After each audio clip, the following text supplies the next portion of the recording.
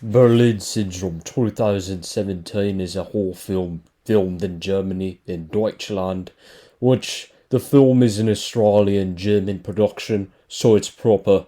The plot of the movie is the absolute epitome of masochism.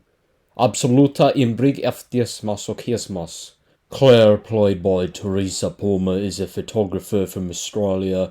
She meets a bloke named Andi, played by Max Riemelt, who teaches English at a secondary school in Berlin, and inevitably she gets into a loose provisional relationship with him and is leery at the same time. Claire gets introduced to this reclusive derelict neighbourhood in Berlin where Andi lives, as she enters the flat, which is curated enough in the interior of the flat just to make it convincing enough to get her ass in there, just for the sake of the plot, to establish the plot. And it's usually the proclivity of kidnapping horror film plots, especially involving tourist characters, tend to be young, tipsy, intoxicated, imbecilic, credulous muppets, which is the conventional prerequisite for horror films, which Clare isn't, mostly to facilitate the seduction tactics of Andi. Pandora's box. So the characters are likeable, properly done. The movie establishes enough details for the characters' background instantly, so there isn't any bullshit that would sully the movie. It cuts straight to the thick of it, right down to the brass tacks of the action.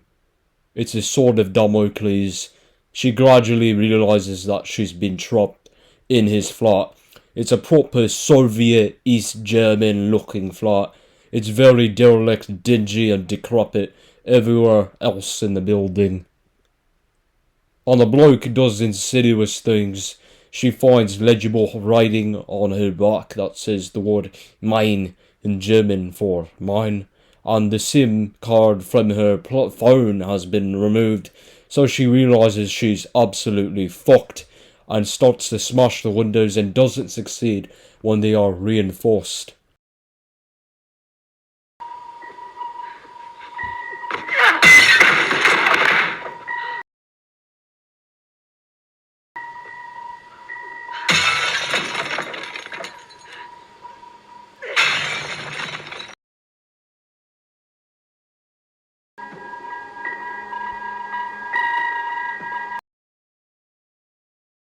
So Andi goes over to his father's flat and visits him during the winter with snow and freezing bullocks, shivering temperatures.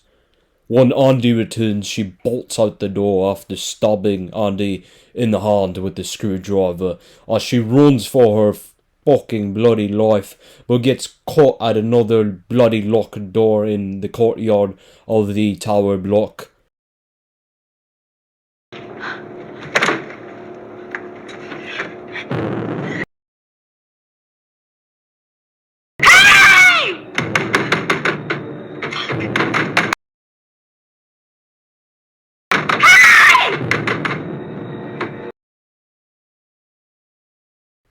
And you would think he would punish her for attempting to escape. The slap of Damascus, the kick of Kabul, the break of Berlin, the buff on Berlin.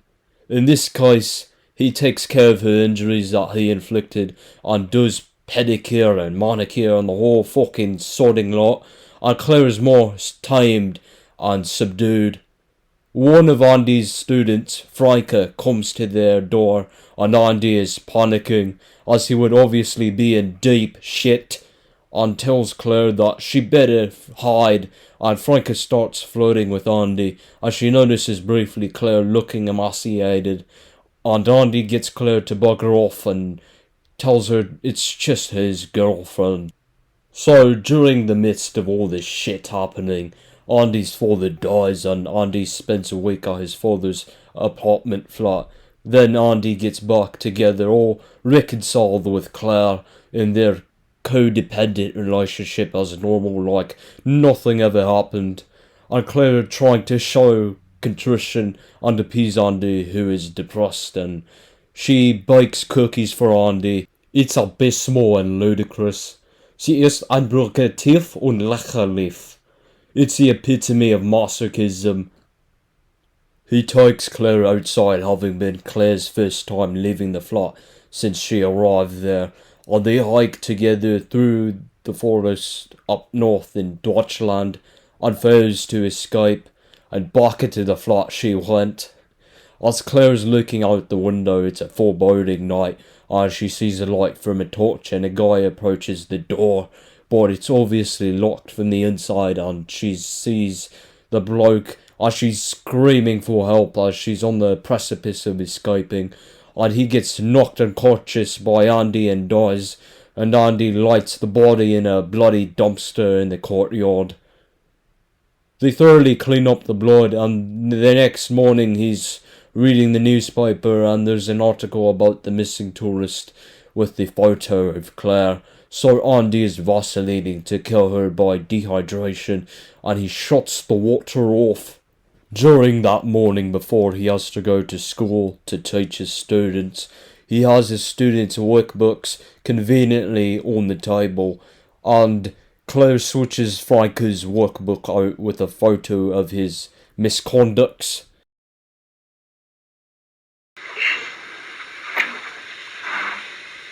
I can't find it. Ich wusste es. Mal schauen.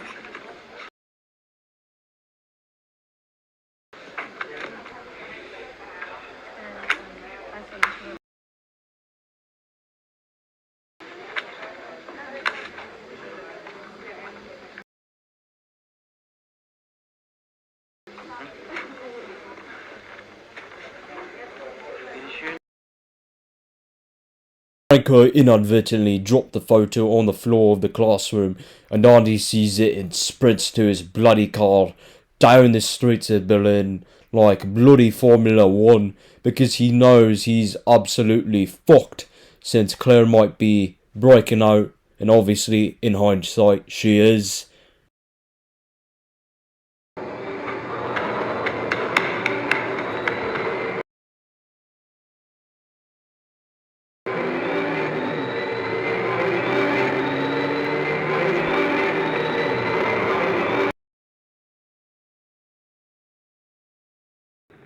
Andi.